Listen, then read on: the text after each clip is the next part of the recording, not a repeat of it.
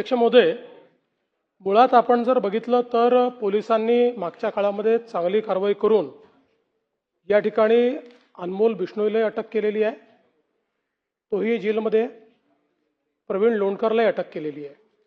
आता यांचे भाऊ जे बाहेर आहेत, जे परदेशात आहेत, त्यांची मोडस ऑपरेंडी काय आहे? ती मोडस ऑपरेंडी अशी आहे की VPNच्या फोननी तिकडनं ते कोणाला तरी फोन करतात, त्याला धमकी देतात।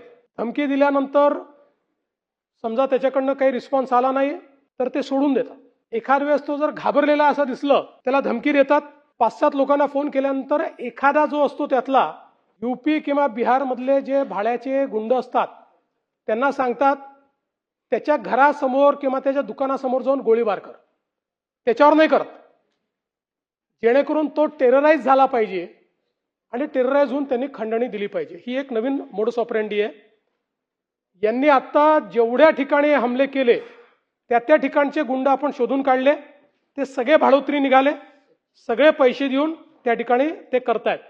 त्यामुळे आम्ही आता अशा पद्धतीनं कोणालाही फोन आला तर आम्ही त्यांना सांगतोय तुम्ही काळजी करू नका, हे काही फार शूरवीर लोक नाही आहेत किंवा यांच्यात काही फार ताकद नाही आहे, हे कुठेतरी परदेशात बसून तुम्ही घाबरले तर तुमच्याकडनं पैसे घेणार आहेत। आणि याच्यासोबत आता आपण या VPNच्या माध्यमातून जे फोन येतात याचाही पाठपुरावा, कारण हे काय करतात, एका देशातनं 3-4 देशाचं मास्किंग करून आपल्याकडे हा फोन येत असतो, त्यामुळे ते शोधणं जरा कठीण जातं, पण तेही आपण शोधतो आहोत।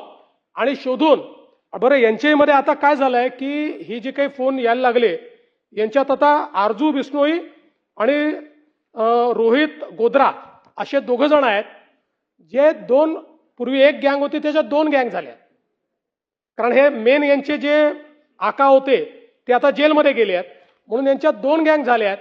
दोघेही वर्चस्वाकरता प्रयत्न करतायत, पण मी निश्चित आश्वस्त करतो यांनाही आपण शोधून काढू आणि हे जे काही किरायाचे गुंडबिंड घेतात या सगळ्यांचा या ठिकाणी पूर्णपणे बंदोबस्त केला जाईल।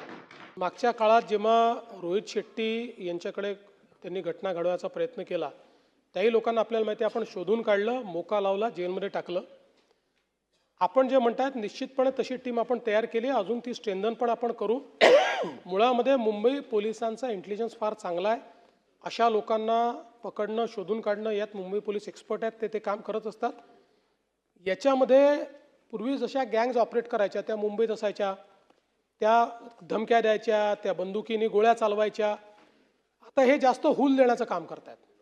हे सायकोलॉजिकली त्यांना म्हणजे त्यांनी बाबा कशाला अंगावर घ्यायचं, देऊन टाका, अशा पद्धतीनं केलं पाहिजे, अशा प्रकारचा प्रयत्न करतायत। पण याही बाबतीत निश्चितपणे आपण कारवाई करतोच आहोत, अजून जास्त कारवाई करण्याची आवश्यकता आहे, ती पण आपण करू।